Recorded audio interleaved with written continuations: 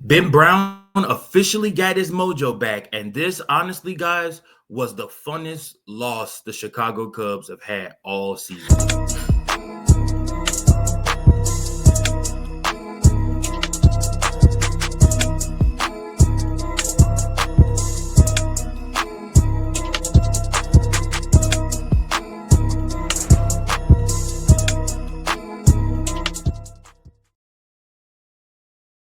Welcome in, everybody, to another episode of Chicago Cubs Central, your number one spot for all things Chicago Cubs. I am your host, Mike Jones, back again with you. Clearly, once again, lost my there we go. Clearly not in my studio like normally. It is baby shower weekend, so I'm out at my in-laws, and we are having a blast getting ready for our baby to come. But yeah, man, the Chicago Cubs had probably, I think, this game against the Detroit Tigers, the first game of the series was probably this had to be one of the funnest Cubs losses that I can remember today. Why? Because the Chicago Cubs really competed, and especially Ben Brown. I was really, really pleased with how Ben Brown carried himself throughout this game, going four scoreless, and then giving up one run in the fifth, and then another run in the sixth.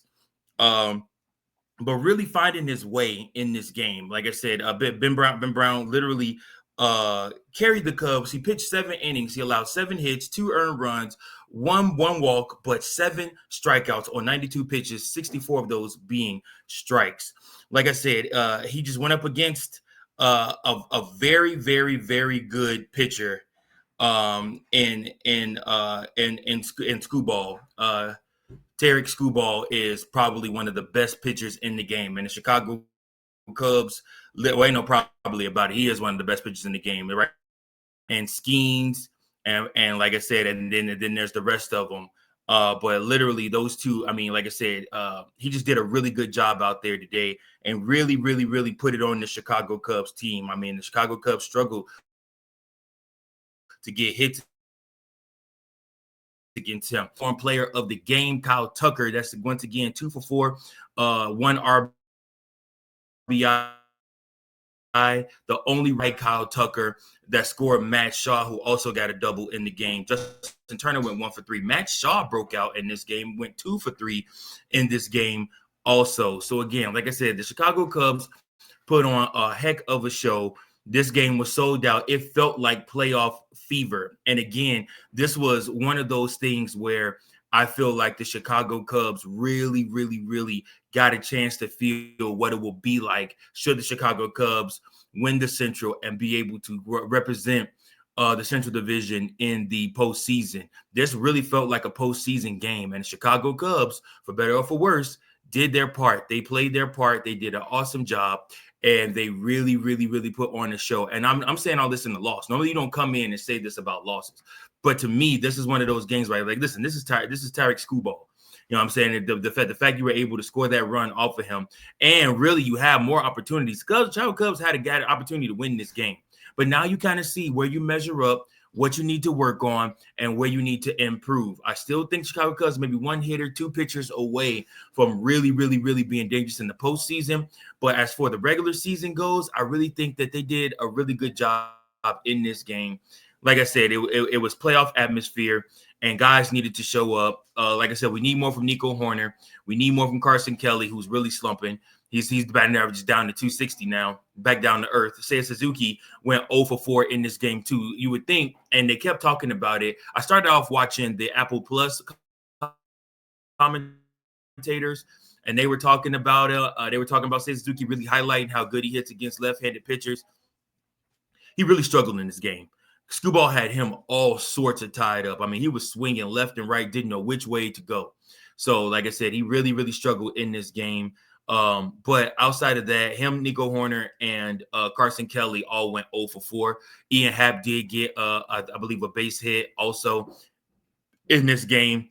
And like I said, you also had the one big play where the Chicago Cubs could have scored early, actually took in the lead at the beginning of the game against Skubal, and Quentin Berry sent Pete Crow Armstrong, and Pete Crow Armstrong hesitated, tried to run back, and Javi Baez threw it over to Zach McKinstry over at third and threw out and tagged out Pete Crow Armstrong. Big moment right there. Big moment. Big opportunity for the Chicago Cubs. Like I said, and Cobb probably could have swung momentum because the inning would have continued with more guys coming up to hit. So, again, I think that's the first mistake Quentin Berry's made at third base. Again, nobody's perfect. But like I said, so far this season, I feel like he's done a great job as third base coach. And I mean, I give him credit for that. And he is going to be aggressive at times, and sometimes it'll cost the Cubs, sometimes it'll help the Cubs. But that was a moment right there. That was a potential game changer moment to get to Skubal early. And it really would have helped the Chicago Cubs team out even more. But again, like I said, they do turn around and play this same Tigers team tomorrow. It will be Jameson Taillon on the bump for the Chicago Cubs. This game starts at 12:10 p.m. Jameson Taillon on the bump for the Cubs, and then Kiter Montero going on the bump for the Tigers. So a chance for the Chicago Cubs to get a win over these Tigers team and lay a loss on them. So like I said, we'll have to see what the Chicago Cubs can do in that game. Like I said, it is an opportunity for them to take one of these games and hopefully even up this series. So we'll see what happens. But again, this series is a great test to me for what the Chicago Cubs will face in the postseason. This is the very first series I felt like postseason play. Remember, Comerica Park, where the Tigers play, is sold out. 40,000 in that building all weekend long. The Chicago Cubs won't feel anything like that probably till they go to St. Louis, because Cubs and Cardinals always sell out. It don't matter if the team suck or not. But there's a first chance for the Cubs to really feel what postseason was going to be like. How if you're on the road, how, you know what I'm saying, the arena will feel, how the ballpark will feel. And the Chicago Cubs got a taste of that tonight. And again, they have to come out and they have to compete. And I thought the Cubs competed, man. Like I said, I don't think they were swinging at things that were too crazy. They just they ran up against one of the best pitchers in baseball, and he did what he had to do. So again, like I said, Chicago Cubs are figuring it out. They got an opportunity to tie the series tomorrow. Hopefully they could do so. Hopefully Jameson Taillon is sharp. We also do have a fresh bullpen too, only using Cabrera in tonight's game outside of Ben Brown. So yeah, we'll just have to see what happens. But once again, that's my time for today, y'all. Appreciate each and every last one of you. I'll be back again tomorrow with another episode of Chicago Cubs Central. But here's what I need you to do. If you like this content, if you appreciate this content, and if you love the Chicago Cubs, I need you to go ahead and join this channel. Subscribe and hit that subscribe button. Make sure you hit the like button. Make sure you hit the share button. Tell a friend that the Chicago Cubs Central is the #1 spot for all things Chicago Cubs and the #1 spot for Chicago Cub fans. It's the voice, the home of the voice of Chicago Cub fans. You can also leave me a voicemail at 217-816-5498. Be a part of the show. We love doing mailbag shows, as well as you can write me at cubsbaseball1992@gmail.com. Until next time, appreciate each and every last one. Thank you for watching another episode of Chicago Cubs Central, the #1 spot for all Chicago Cubs content. Remember to like, share, subscribe for more Cubs content.